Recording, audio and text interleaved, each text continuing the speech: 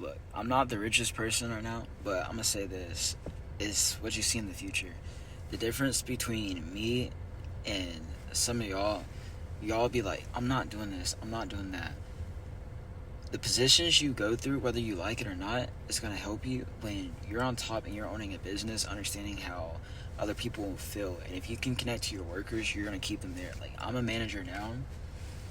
I did not want to go to retail, but I am thankful for what I do as a manager and being able to have these people. Like, the people I work with love me, but like, I learned a lot being in different jobs and different positions that I worked at.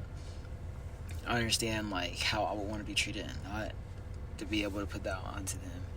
They're a person just like me, and I wouldn't be here without them. Like, at the end of the day, yes, I'm a manager, I'm calling the shots, but it's like I'm listening to them too, because they're the ones doing the work, so I need them around.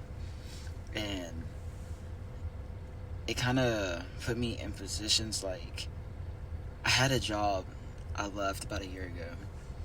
I stayed there for about a year and 8 months.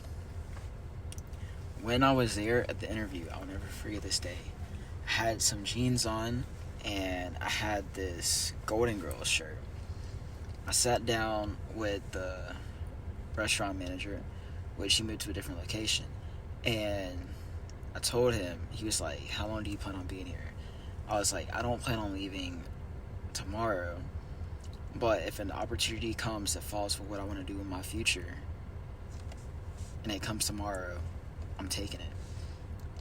I'll try to give you a 2 weeks notice, but if I gotta take it, I only have that window and I'm gonna take it. I looked him dead in his eyes and he understood. I was like, I don't plan on sitting here being in this position my whole life. Like, it's a place I want to be in the future. I know where I want to be, and I'm gonna take that risk. And if I see the opportunity and I believe that's it,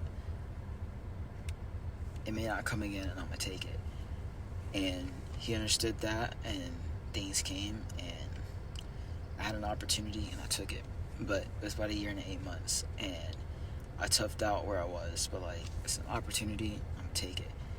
And I've always been that way. I've always had ambitions to do stuff, and it's like I get super obsessed with it. And some people be like, bro, it's 3 o'clock in the morning. I don't fucking care. Like, I used to not sleep for like 3 days. Like, if you really want something, sometimes you get obsessed with it, but you also got to be careful because it can be unhealthy. But like, that's the difference. Like, if you play sports, when you're resting, when you're sleeping, someone else is working harder than you. Someone else is getting that extra dollar than you. The video cut off, but like, also, the CEO doesn't always make the most money. Do you really want to be a CEO, or do you want to be a part-time CEO? Like, think about this. Not every CEO, like, is as rich as you think, because they got to pay all these people. Certain people get different cuts. But if you're a CEO and you don't learn, and you worked out from the ground up, you know some of the ins and outs, you know how much you should pay your people, make sure they get paid right.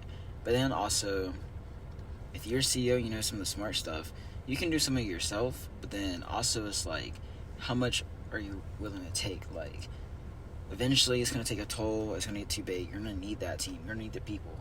You're still able to provide for your family, still be able to put stuff on the tables, and still be able to live your life passively or happy. You need to be able to do that.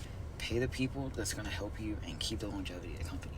Make sure they're trying to do the same thing. Some people don't want to be a CEO and they're happy doing that. Okay, show them you appreciate them. Take them out for food. Like, treat them. They're a person too. And if you do that, I feel like that's going to help you as well. I'm not saying I'm the richest person, but I got plans for the future. I got longevity stuff, and I've been obsessed with it since I was younger. And time is money, so I'm not worried about it. And sometimes you're going to have to take a lot of risks just to lose some of it. It's times where literally my friends can tell you, I'm trying to invest in something, I want to get to something. I'll eat fucking plain bread every single day. I will eat bread and peanut butter, bread, PB&Js for breakfast, lunch, and dinner. Pop-Tarts. I will not eat for like 2 days. Then eat this day. I'm like, literally, I'll starve myself. But enough just to get by. It's times I'm drinking more water, trying to fill myself up. Like, I've literally done that. It's times where I'll do like research or whatever.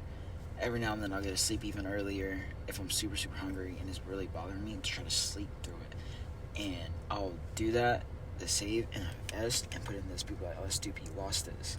I'm losing it now, but I'm learning.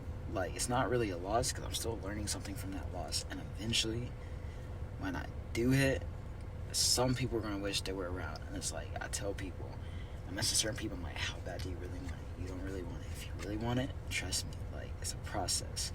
Like, things, it's a process for things before it just comes into existence. It's not just going to pop off. And if you always hop on and pop off, you're not going to make as much. Like, you bought a stock and then it popped off. Everyone's now trying to buy it. It already done popped off. Everyone knows it's successful. Everyone's going to buy it. It's not as valuable. You get it right here. You get it at the right time, and it's timing